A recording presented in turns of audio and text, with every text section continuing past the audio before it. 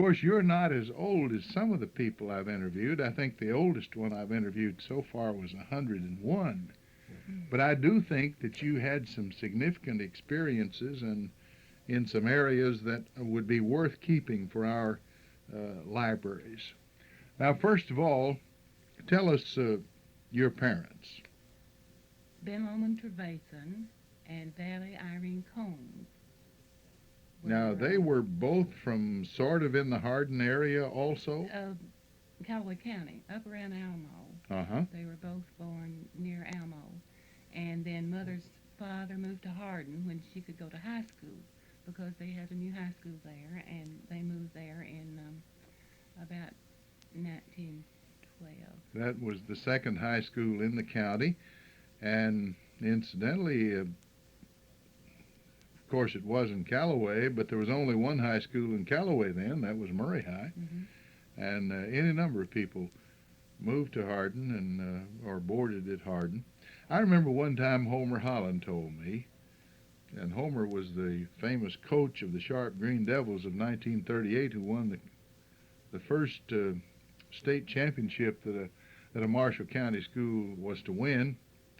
And he said that he moved to Hardin and boarded there and went to high school just as people later went to college. They did. And he had heard that Hardin was the best high school around, and there were some famous teachers there. People like Junius Lewis were quite noted and so on. Well, that's fine. So your grandfather was interested in education.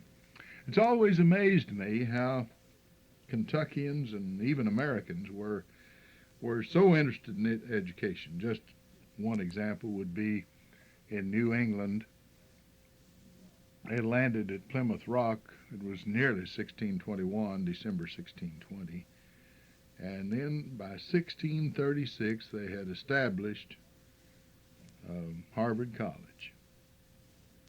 Now that, to me, 16 years out of the wilderness, it showed where their priorities were, wasn't it? They wanted those children to get an education. And they set up a printing press in 1638. Actually, they built a high school a year before. The first high school in America was Boston Latin High School in 1635.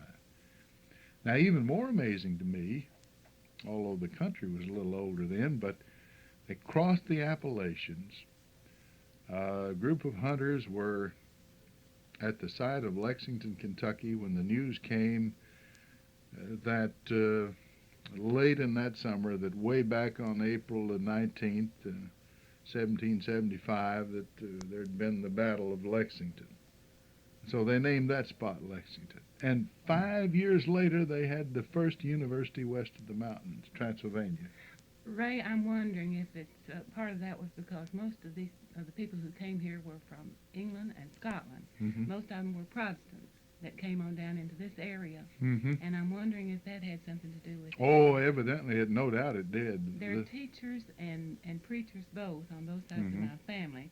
Yes. Came, some of them were born on my mother's side, the Kennedys.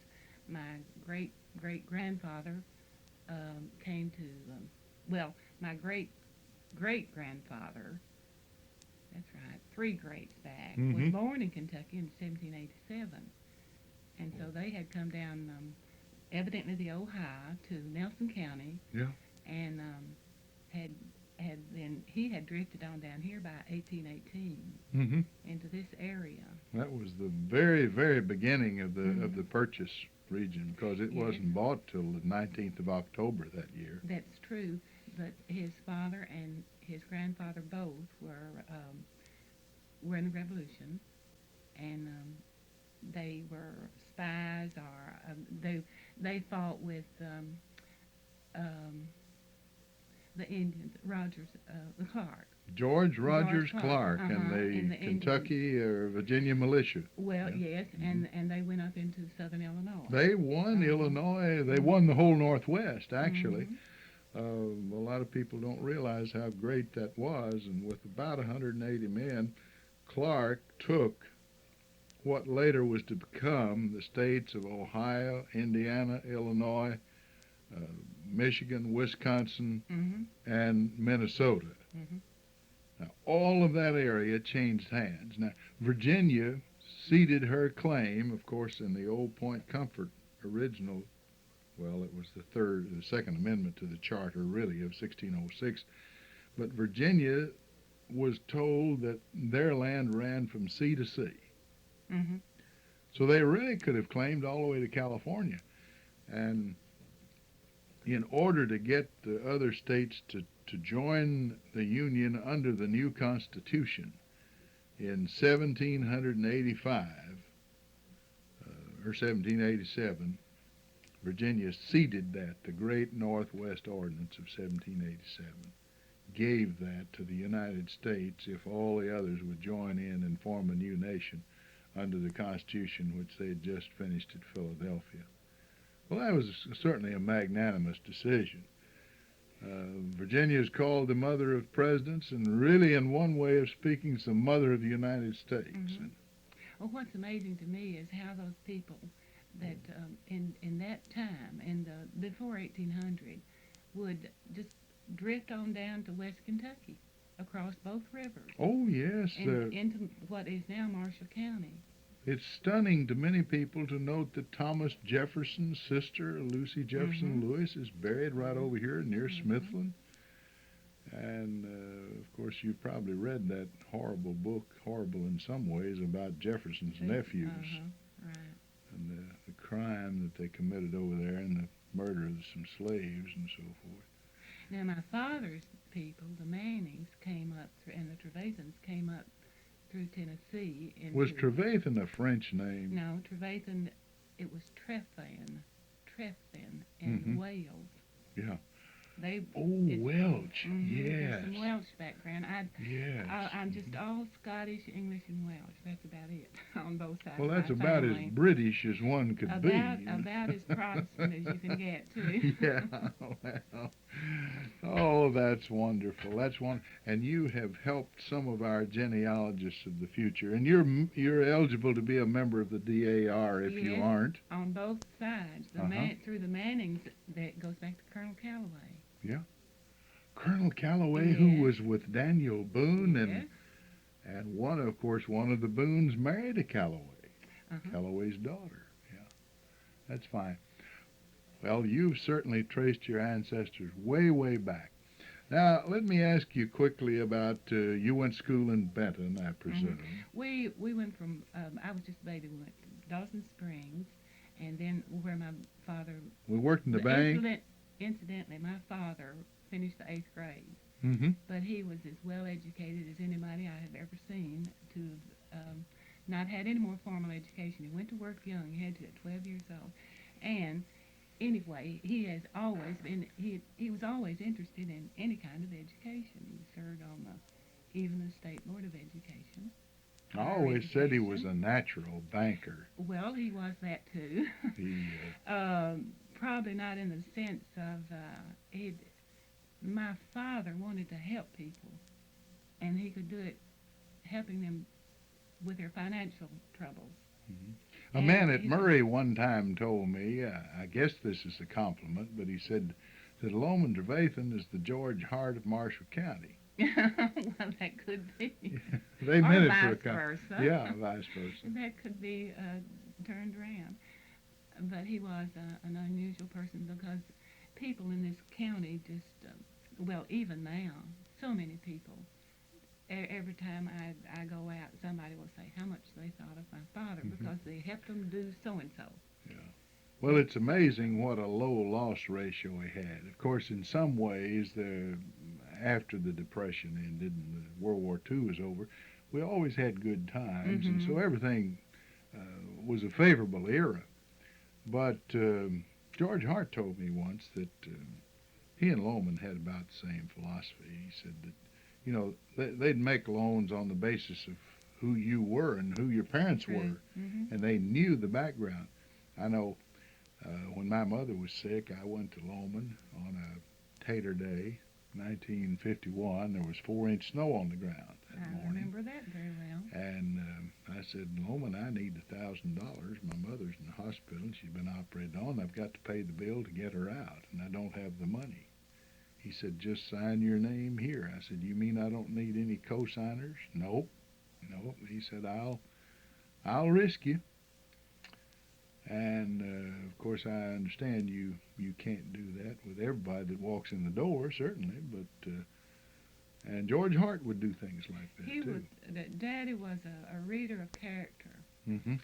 He had a knack for someone that you probably wouldn't trust trust anything with.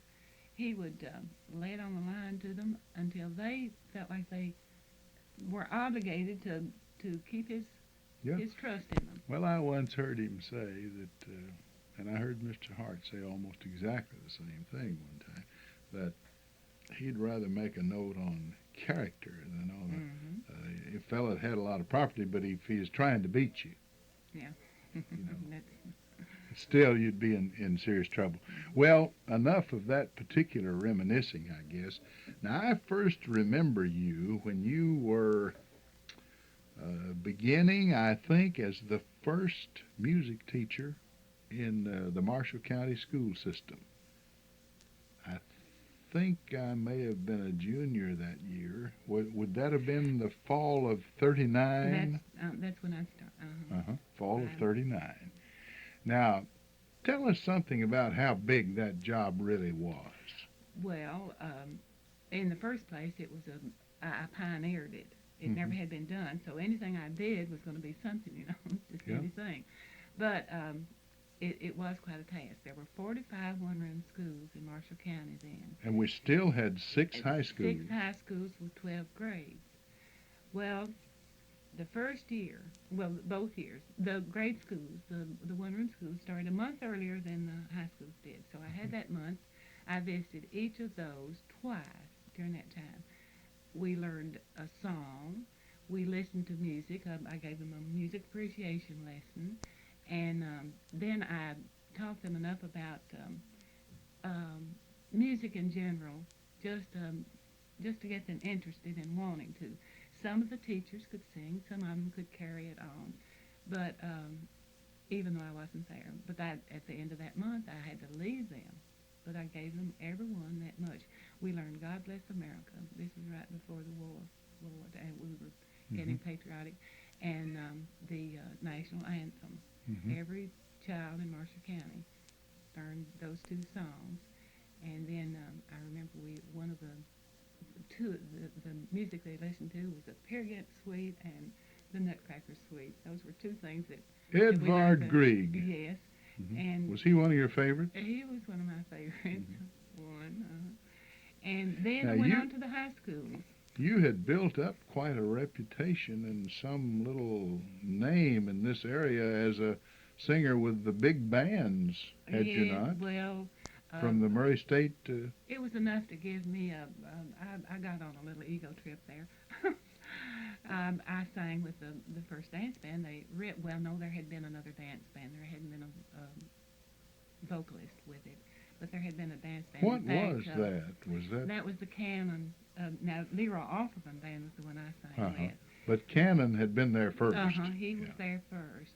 But Paul Bryant was the music teacher here, the music director. And one of the greats, was he? Yes, he was very good, very good.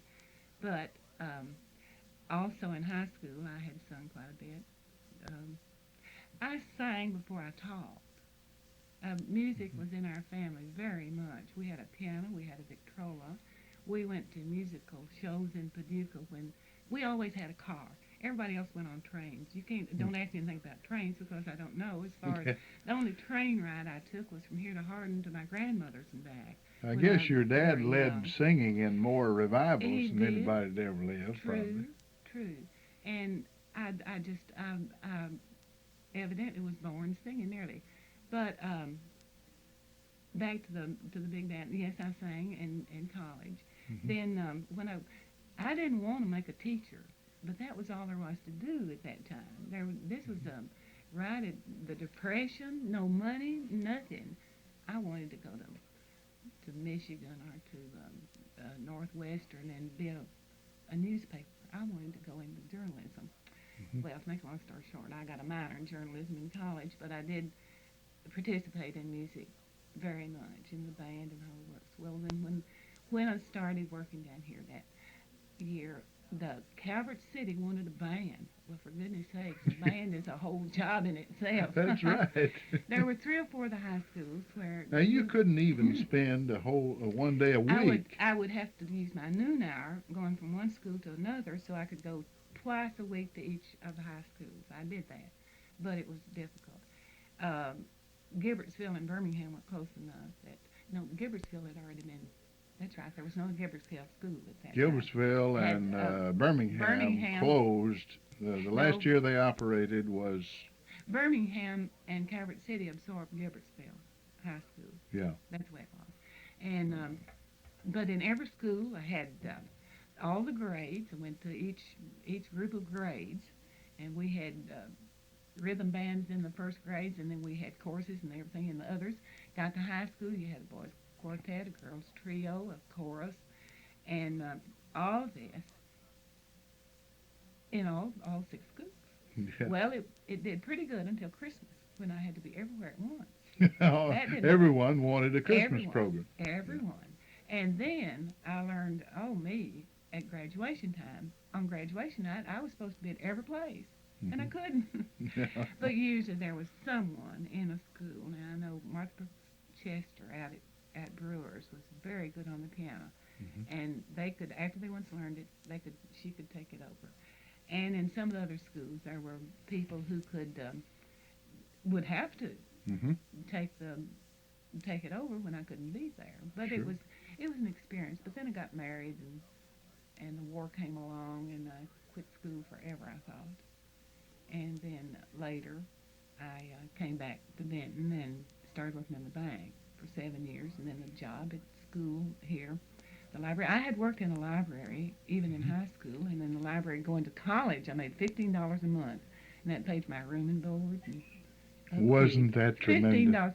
I'll tell you one better than that. In 1933, I went with Mr. and Ms. Wolf and Irene and Carolyn and Joe Wolf. We went to Chicago to the World's Fair, on to Detroit. We were gone 2 weeks, and it cost $15. We went to the Aragon Ballroom in Chicago. We went to at the fair. We saw Ben Burney. That was the worst thing. We went into this place to see Ben Burney, and they didn't have a cover charge. So oh boy! But we sat down and realized we had to buy a Coke, and it was 55 cents. That was like a great. We stayed in an apartment out on the beach. Up on the north side, out on the lakefront. Lakeshore Drive. A wonderful apartment, furnished and everything. Yeah. Miss That's Wolf the had taken Gold a ham. Coast. That's right. She had taken a ham, and that was the basis of our food. But I thought, just think. And I nearly didn't get to go because Daddy did not have $15 to let me go. The day I had to say, I'm going in the morning. I went over on the bluff to cry because I wasn't going to get to go because Daddy didn't have $15. And I heard Mother call me. It was about noon. Daddy had come home at noon. He had sold an insurance policy and had $17. As a that commission. was his commission. So he gave it to me to go to the World's Fair, which was marvelous. Yeah. And then we got to see Marshall Daddies Field. are wonderful. Oh, daddies are wonderful. He always was. Just so good to us. But Mothers, Ray, too, of course. talking about, we always had a car. As long as I could remember, we had a car. We always went to things like, I can remember, one of the first things I can remember is going to a boat, a river boat down at Birmingham. One where they had those old plays, had candlelight around the stage. I can remember that. And that brought quite a list of culture to Marshall County in those days. That too, and then at that time, of course, we had one thing: girls basketball and boys basketball were played in the those buildings down on the tobacco barns down on the railroad. Yes. And so that was going on. But we had at the school, even as far back as I can remember, we had Chautauquas. You know what that is? Oh, yes. Lyceums? Okay. The Red Path was the largest one I remember, but they scheduled all sorts of plays and talks, lectures. And the one I remember most, I was about 4 years old, I think, and I was a baby doll in the program. and I was in this big box, and all the world I had to do was just say, bend over and say, Mama. But I remember very well there was a toe dancer there. We call them toe dancers. It wasn't a balletist. Mm-hmm. But she was Dr. Reeder's daughter, and she had come from Panama. And I can remember her, before she went out on stage, seeing her, and just marvelous the way she danced, you know. But when she came back out, she sat down and cried with her feet.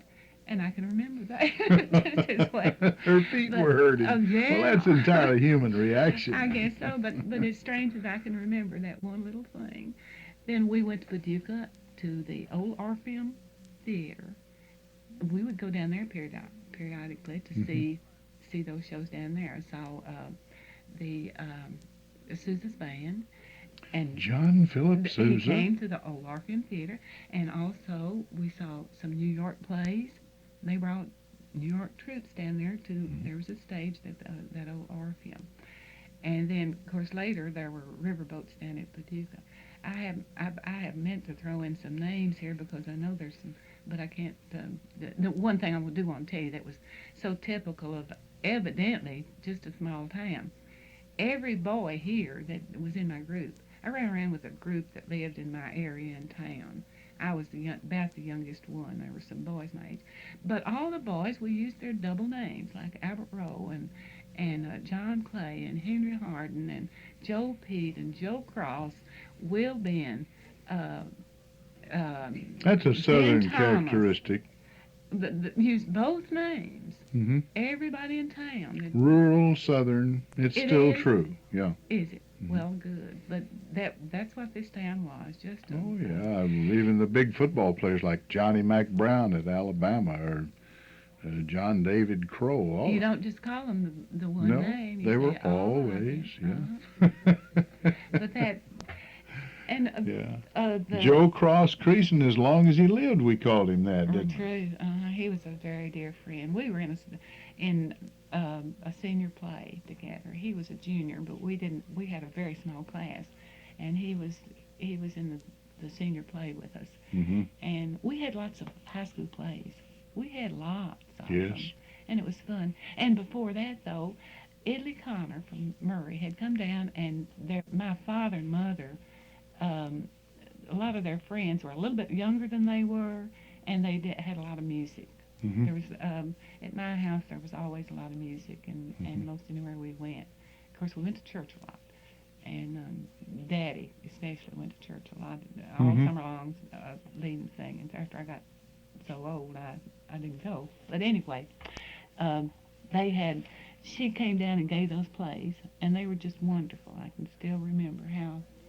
But I was young enough.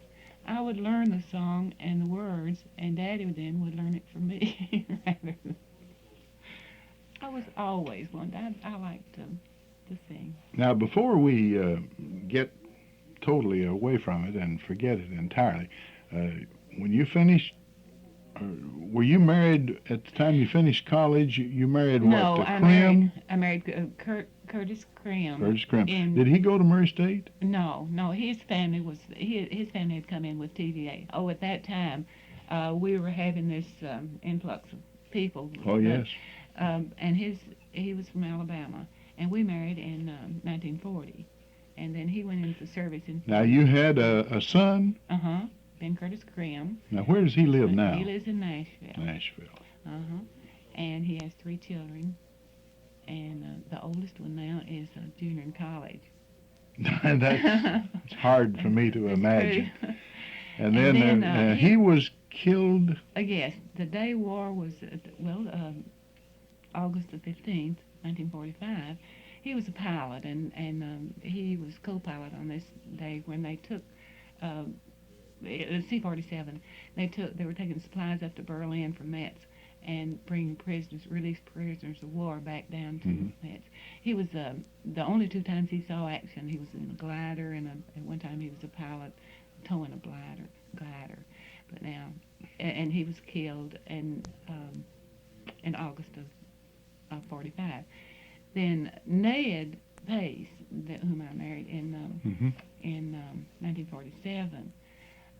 Kurt was an officer, and never did really see very much action, had sheets on the bed and all this. But Dad had been in the Pacific in It was a different war in the trenches war. over there. He was a sergeant in the Army aircraft artillery, and his group went in right behind the Marines, the whole island hopping all the way into Seoul, Korea. He ended up, when the war was over, he went to Seoul. He thought he was going to get to go to Russia. He had put in for, and just everything was working, and all of a sudden here came the orders to go home. War was over and it was all ended. Well, here's another little footnote through you, and of course Ned had mentioned it before he died, but the Westinghouse Model 1 radio that you have Yes. donated to the Rather West Kentucky Jackson Purchase, or whatever you want to call it, museum at Murray State, will of course forever enshrine his memory and yours. Yes, I think And I'm proud of that. He was a keeper of stuff. I understand really that did. wonderful Model T that he Model had. Ts, Ben yeah. has that. It's here, but it's Ben's. Yeah. Well, that's good. Now, okay, we brought you up, and you're in the school system, and you're just working yourself to death. Now, how long did you go at that before you decided that you just couldn't take it anymore? Well, I'll tell you, I had Ben, so I had to quit. Oh, birth. Yeah. That took care Janie. of that situation. Janie had to quit teaching the year Ruth Ann was born. that got me out of that. And then the war took over. And then I went everywhere with Kurt. And Ben and I followed along with him out into Texas and Arkansas and everything. But then when he went overseas, we came home. Then after he was killed, it was right at the time when they needed me in the bank badly. I had worked in the bank since I was 12 years old, especially during, you don't remember, but we used to have big strawberry seasons in Marshall County. Oh, I was growing them. Oh, well, okay. But I would get to work in the bank when time I was about 12 years old so I knew banking. I mean, I knew how to handle it. So Shelby was telling me about his first, he went up to the bank. He'd come here in 39 as manager of the Benton Theater for Mr. Ruffing. And he had a Ford, about a 39 Ford, I think, but the tires are worn out. And so he wanted to buy a new set of tires, and he estimated it'd cost him $50. So he went in the bank and he talked to May, your sister, and he said, I need $50 to buy some tires. She said, well, why not take 100? And he said he almost fainted, said he'd never been used to that in Tennessee where he grew up. They'd always make you sign in blood or something, you know, and question you all about who your mother was and your daddy and so forth. Well, Shelby, I think Daddy had done well anyway. He of course, he was manager of a and he belonged to, sizable well, he belonged to the business. Young Men's business Progress Club. Progress Club. Yeah, So that kind of made him eligible for a little bit. That Progress Club Very is good. a very good thing. Now, you worked there a while, and when did you ever decide to go back to school system? Well, I tell you, after a few Christmases, at Christmas, that was when we worked 6 days in the bank. And Christmas we got off one day. Thanksgiving you got off one day. Well, Christmas, trying to get ready for a family for Christmas and do all your shopping, work till 5 o'clock the afternoon before, and go back Christmas Day, the day after Christmas, and go back to work, and piled up, because one day off. And you could just see those lazy school teachers getting off 2 weeks. 2 weeks, and not only that, in the summertime, there I was slaving away all the time, 6 days a week. Well, I'd get the summers off. So I went back to school in the summer and got 30 hours of library science, a little over 30 hours of library science, because I already knew I knew enough about it and I started working before I even started back to school Yeah. in the library.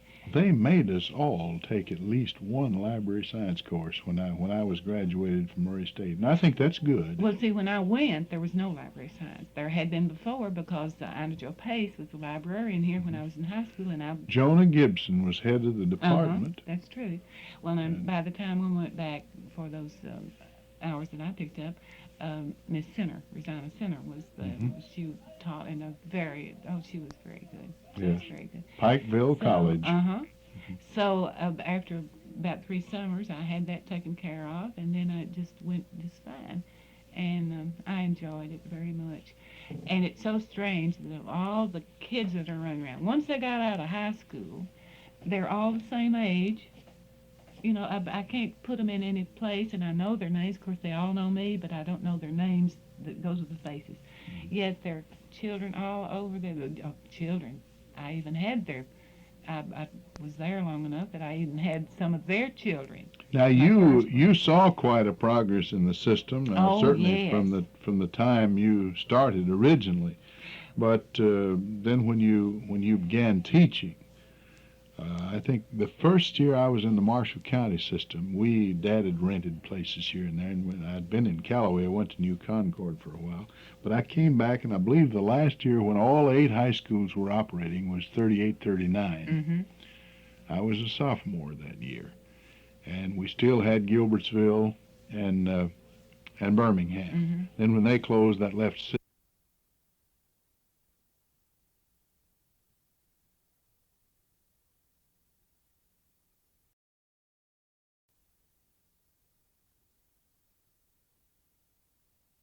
I was a sophomore that year, and we still had Gilbertsville and Birmingham. Then when they closed, that left 6. Now I didn't start until 39. So you started 39, 40. So I was a junior that fall. And you were in a quartet. Yes, I sang in your quartet. You sure did. I learned what little I know about reading notes from you. And I shall ever be grateful for it. I think it was wonderful to add. The high schools were so small. About all you could teach were the basics, and to get a little bit of culture or additional the arts, I think was good. Yes. Well, of course, Murray at that time was just the music department was just growing and becoming more. Everybody knew that Murray had a good music department. Now, you finally ended up, where were you first a librarian? At Benton. At Benton. And then you stayed there until the new high school opened? Yes. Well, when we moved the high school over into the other building here in Benton, I went with the high school library. And then when we went into this other system and built the new high school, I went out there. And that is really a beautiful library. Well, we worked on it hard, believe me. How many librarians did you then have? We had 3 at first. It took that. See, we had to enlarge it so much. We had to get new things. We had to take what we wanted from each one of our libraries. There were 3 librarians in the county. 2 in the county. And coordinate all that. Put all of that together into one good catalog. But mostly, and I've got to get this little thing in, from Benton. When I first went to Benton, there were some books there that gave me a start on concentrating on Kentucky works, anything about Kentucky.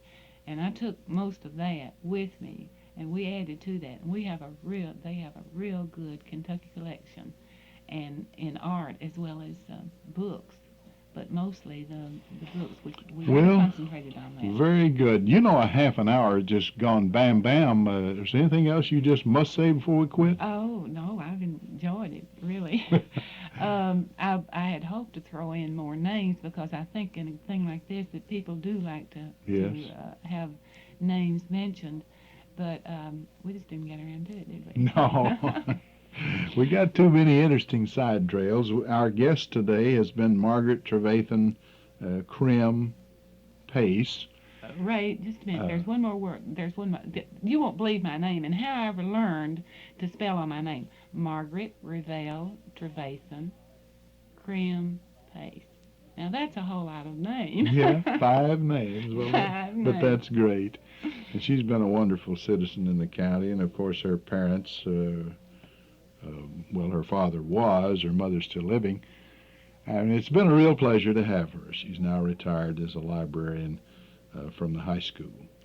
This is Ray Mofield, and we've just concluded another tape in the Kentucky State series, which goes to Frankfort for the archives, one for Murray State's Pogue Oral History Library, and WCBL is paying for a copy for the Marshall County Library System. This is Ray Mofield speaking.